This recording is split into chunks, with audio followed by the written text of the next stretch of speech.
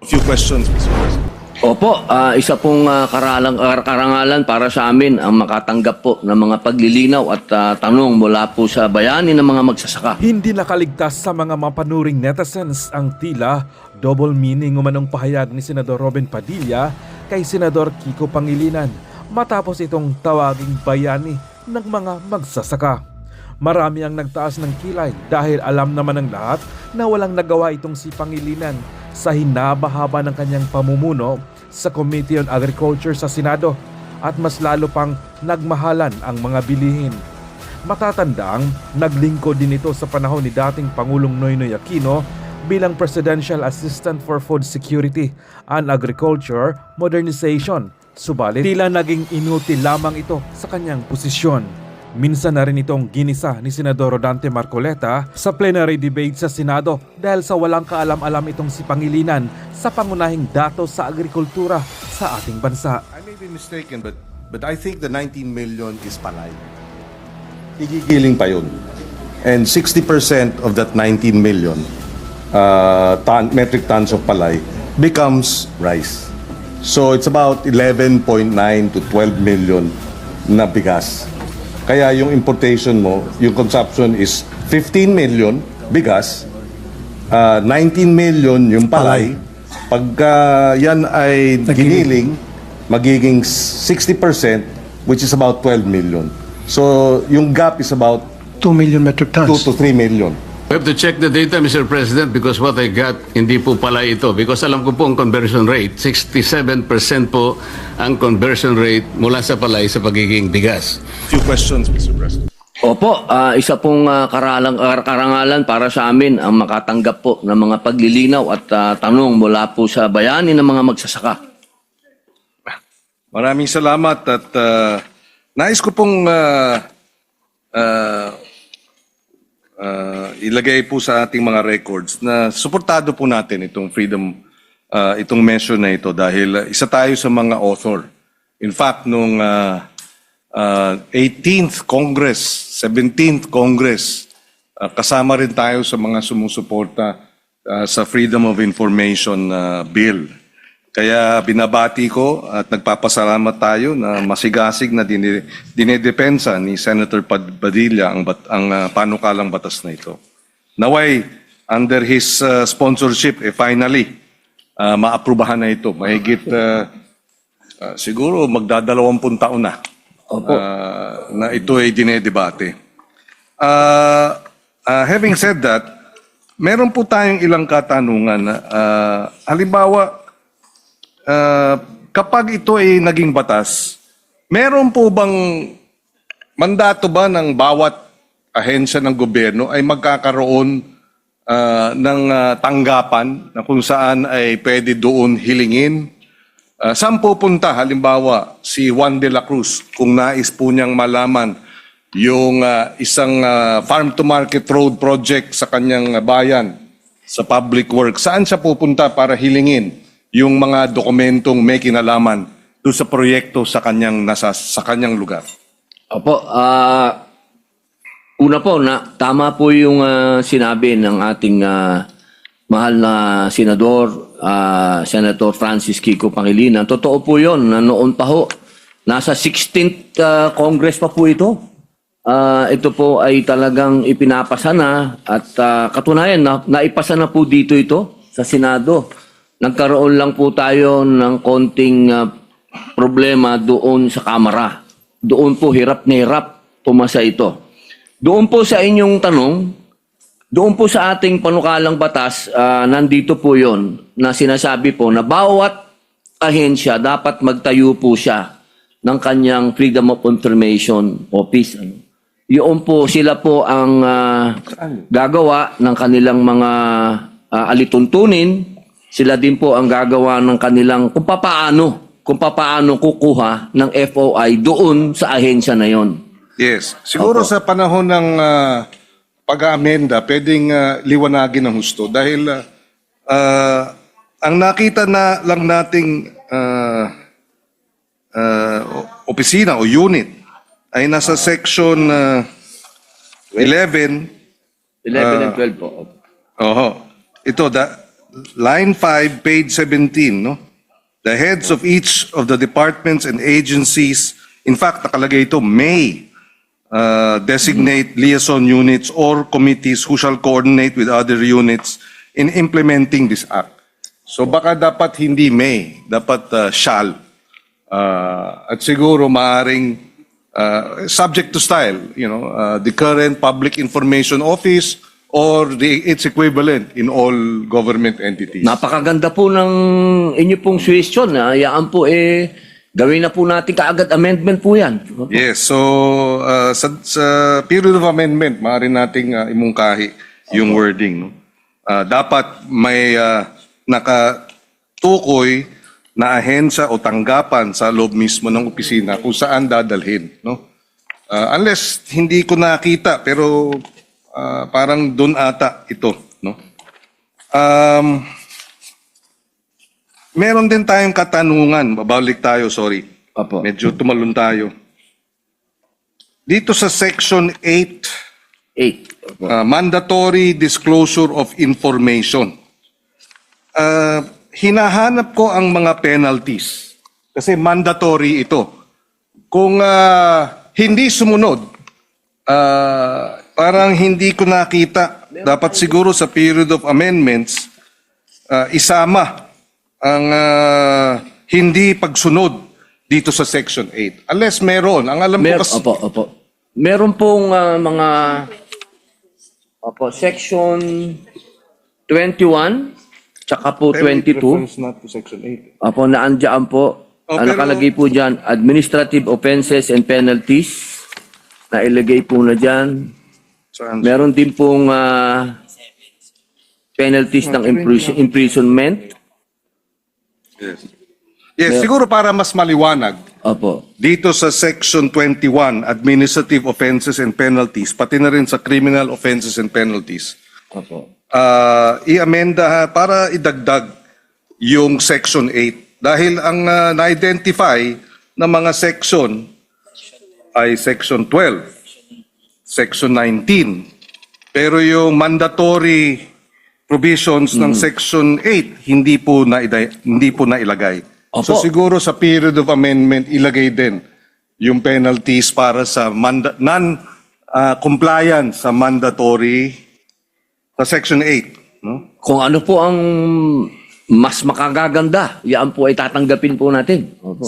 Maraming salamat. Dahil kung naalala natin sa budget hearings, itong Section 8, Mandatory Disclosure of Information, minandato natin ang Farm to Market Road listahan para tiyak na mayroong coordinates at maisumite. Disclosed yun. So dito, dapat sana magandang mailagay yan. Kasi kung titingnan natin yung mga mandatory sa Section B, all agencies of all branches of government shall upload on their website, which shall be updated monthly, a register of the following public interest transactions, documents, or records. Budget of government agencies, itemized monthly collection at disbursement, summary of income and expenditure. Meron pa rito, items to bid. Number 7, bid results on civil works. Napakaganda niyan dahil makikita na kung ng ating mga kababayan ang mga transaksyon. Tapos, procurement contracts. Ayan, di ba? Entered into by government agencies. Construction or concession agreements. Yan, lahat po yan. Kaya napakaganda at mahalaga na merong maliwanag na penalties, administrative at criminal pag hindi sinunod itong section na ito. Sa amendments. Meron din tayong katanungan sa page 13, line number 14. Ito ay section 8 pa rin. Section 8. Yes. Merong halagang nakalagay rito. Baka kailangan lang ma-clarify.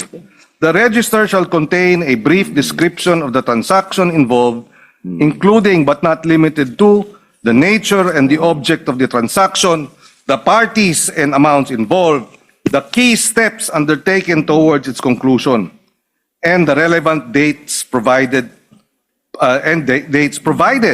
that contracts and agreements involving an amount of at least 50 million pesos shall be uploaded in full on the website. Bakit mayroong floor? Paano kung mas maliit? Hindi na i-upload. Yun po kasi yung sa plunder, naalala niyo po yung sa plunder. Yes, tama Pero po kung yun. gusto niyo pong amendahan niyo, ako gusto ko po yan. Yung mas marami po kayong ilagay, mas maganda po yan. Yes. Kasi halimbawa sa FMR, 15 million. Opo. So baka siguro sa period of amendment, pwede nating tanggalin yung ganung halaga at maging mas mababa. No? Opo. Mainam po yun. Mainam po. Maraming salamat.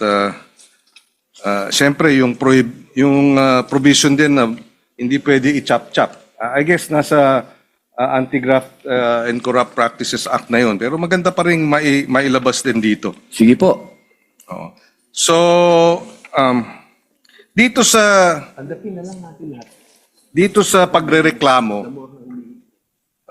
kaya mahalaga, I think, siguro sa period of amendment, mailagay din ng maliwanag. Ako po kasi, Senator, bayani ng magsasaka hanggat humihigpit po, mas gusto ko. Yes, sir. Opo. So itong notice dito sa proseso ng pagrereklamo, Opo. bago pa nun, sorry, atas tayo ng konti. Ang bilang ko sa mga exception dun sa disclosure ay napakarami. Ganun po. Opo. Baka kasi maging basehan ng pang-aabuso, no? Na although may proseso naman, ano, na pag ikaw ay humingi ng ganitong dokumento at sinabi ng ahensya hindi pwede dahil exception 'yan, pwede namang umapela. Opo. Oo. At may May time po, may oras. 15 Opo, days. 15 days, opo. Dapat aksyonan kung pagbibigyan o igagrant o i-deny. Tapos pag May na-deny, appeal pa po. 5 days. Opo. Ang pag nag-apela, may 5 araw, no? Dito hindi rin maliwanag siguro sa period of amendment sino ang magde-deny. Halimbawa, if the government agency decides to deny the request, diba? Siguro again sa period of amendments baka pwede nating maging mas ma-specify natin aling ahensya sa loob ng aling unit o tanggapan sa loob ng ahensya. Wala pa tayong proposal pero pag-aaralan po natin. Kung willing ang ating sponsor, baka magandang ma-identify din yun. No? Opo. Pero diyan po na nakalagay po dyan sa ating panukala, magkakaroon po ng mga officers, kapag naging batas po ito, magkakaroon ng mga FOI officers po. Yun. Opo. Yun. Okay. So siguro doon pwede natin i-harmonize itong... Opo. So sorry.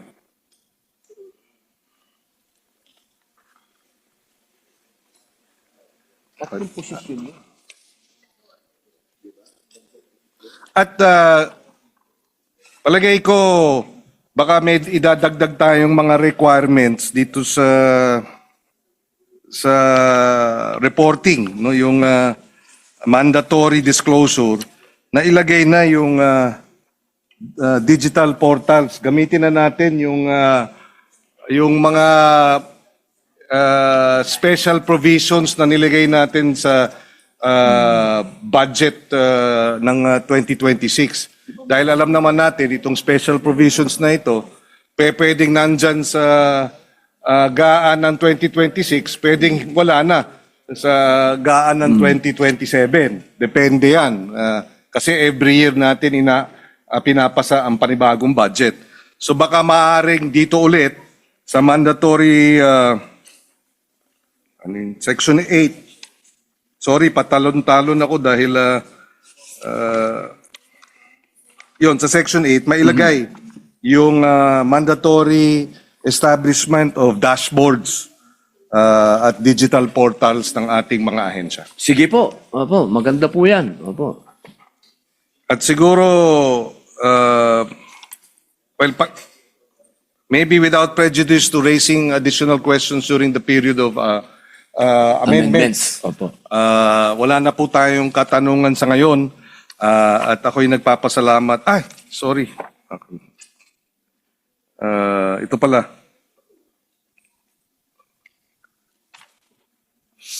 Yung sa System of Incentives, Section 27, Incentives and Rewards, I apologize na nasa ilalim ng aking mga files. May nakalagay na System of Special Incentives and Rewards at given to appropriate government agencies. Siguro kailangan nating alamin sino unang-una ang mag-evaluate nitong system of incentives and approve these incentives and rewards. Hindi kasi nailagay sa batas kung sino ang gagawin nito, sino ang gagawa nito. So, kung baka sa period of amendments, pwede nating mas specify. Pangalawa, yung source ng funding nito, saan manggagaling. Again, sa period of amendments, pwede nating i-introduce ito. Opo. Sa ngayon po, yung PICO, sa ngayon, pero mas maganda po talaga, specify po natin talaga para mas malinaw po. Opo, tama po kayo. Opo. Salamat.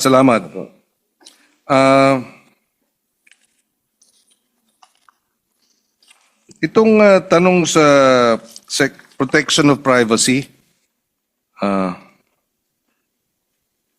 siyempre kinakailangan balansehin yung Data Privacy po. Opo. Act at itong right of access to information. So, ano kaya ang magiging standards or safeguards ng ating mga ahensya ng pamahalaan para ma-determine kung ano nga ba ang pwedeng Although of course may mahabang listahan ng mga exceptions, no? Doon din ang katanungan ko ron, paano natin matitiyak na hindi ito aabusuhin at i-invoke lagi itong mga exceptions at hindi ma-access itong mga impormasyon. That's why I think mahalaga itong nabanggit ninyong PICO para merong tanggapan na may responsibilidad dito. I'm not sure if it will be advisable na yung Public Information Office should also be baka may presensya o ang hindi siguro no yung Department of Information and Communication Technology paano natin titiyakin yan no, but again ito'y palaisipan sa again we will probably raise these questions additionally pagdating ng period of amendments. Tapos yung DICT bilang government-wide mandate to monitor agency websites, support compliance, prescribe publication standards. Aalamin din natin siguro, meron na bang opisina itong DICT para dito o dapat bang mag-establish ng isang opisina o tanggapan under this law? Opo, lahat po kasi ng ahensya dito po sa ating panukala, kailangan po silang gumawa lahat. Bawat opisina ng FOI po. So mas maganda siguro kung sa period of amendments, ma-introduce din natin, may tanggapan ba sa DICT na dapat siyang mag-oversee nitong FOI implementation. No? Meron ba sa ngayon? Wala. We will make sure, sir, na meron po. Yes. Meron. No. Pero wala pa ata sa batas. Dahil nga wala pang batas. Opo. So dapat siguro ilagay natin sa batas. So yun na lamang po. Again, without prejudice to raising some clarificatory questions on during the period of amendments, we have no further questions. Nais natin pasalamatan ang ating sponsor sa kanyang masigasig na pagsusulong ng ating Freedom of Information measure. Thank you po. Thank you po, sir. Maraming salamat, sir. Salamat po. Mr. President, Yes. we recognize very quick. Ito po ang aking mga amenda mula po kay Senadora Risa Ontiveros. bunga ng kanyang interpelasyon noong nakaraang linggo. Babawasan po natin ang mga exemptions sa People's Freedom of Information Act. On page 6, lines 23 to 24 to page 7, lines 1 to 6, delete the entire section 7, subsection D of the exceptions pertaining to matters of human security. Then, re-letter the succeeding subsections accordingly. I so move, Mr. President. So there is no replacement, just deletion. Opo. Any objection? Hearing none, adopted. On page 8, lines 1 to 6, delete the entire section 7, subsection J of the exceptions pertaining to personal and sensitive information, as this is already covered by section 10. Then, re-letter the succeeding subsections accordingly. I Any so move, objection? Mr. President. Any objection? Hearing none, adopted. On the same page 8, lines 7 to 9, delete the entire section 7, subsection K of the exceptions pertaining to information that might cause acts of discrimination. Then, re-letter the succeeding subsections accordingly. I so move, Mr. President. Any objection? Hearing none, adopted. On Section 11, Freedom of Information Manual. Ito naman po ang amyenda, What page is that? Section 11, page 15 po. 16. Ito po ay mula po sa inyo pong opisina ng ating Ginoong Pangulo, Senate President Vicente Soto III, na pinabibilis ang panahon upang makapaghanda ng FOI manual ang mga ahensya ng pamahalaan. Mula 6 na buwan ay magiging 3 buwan na lamang. On page 15, lines 23 to 24 to page 16, lines 1 to 2, delete and replace the phrase "for the effective implementation of this act, all government agencies shall prepare a Freedom of Information FOI manual within 6 months from the effectivity of this act, indicating the following, with the phrase within 3, open parentheses, put the number 3, close parentheses, months from the effectivity of this act, all government agencies shall adopt a Freedom of Information, acronym FOI, manual to ensure the effective implementation of this act and shall implement the following. I so move, Mr. President. Any objection? Hearing none, adopted. Amenda pong muli, galing po kay Senadora Risa Ontiveros, bunga ng kanyang interpelasyon noong nakaraang linggo, upang mas maging malinaw ang probisyong ito sa Section 23, Denial in Good Faith, Not Ground for Liability.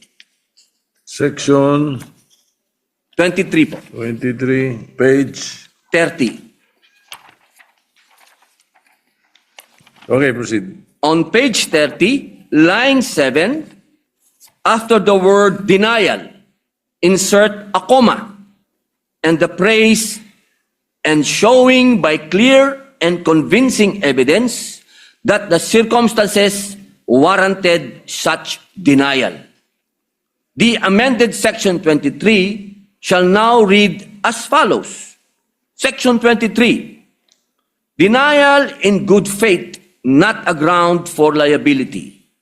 A denial in good faith of a request made pursuant to the provisions of this act shall not constitute grounds for administrative, civil, or criminal liability.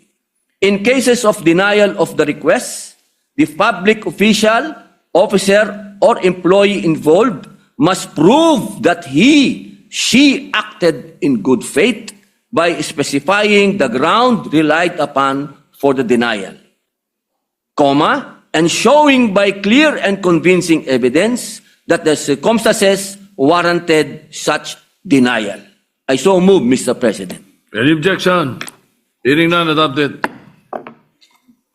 Meron din po pang isang amenda mula po kay Senadora Risa Ontiveros, pagdaragdag po ng bagong probisyon para bigyang proteksyon ang mga mamamayang mag-request ng public information. On page 31,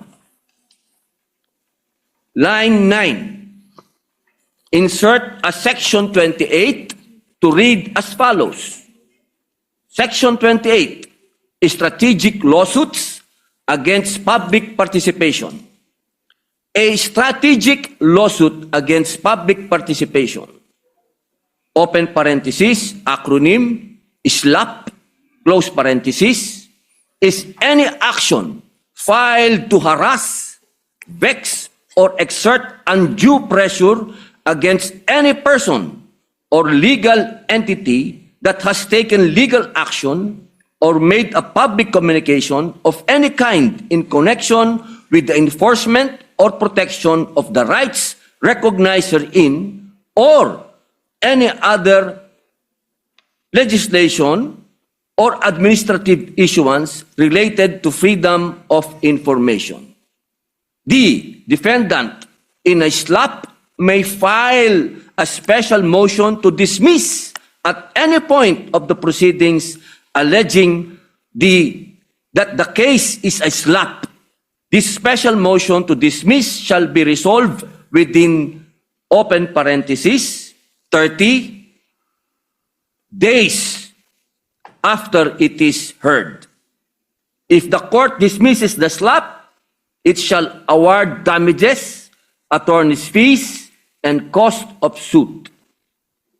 Then the succeeding section shall be renumbered accordingly. I so move, Mr. President.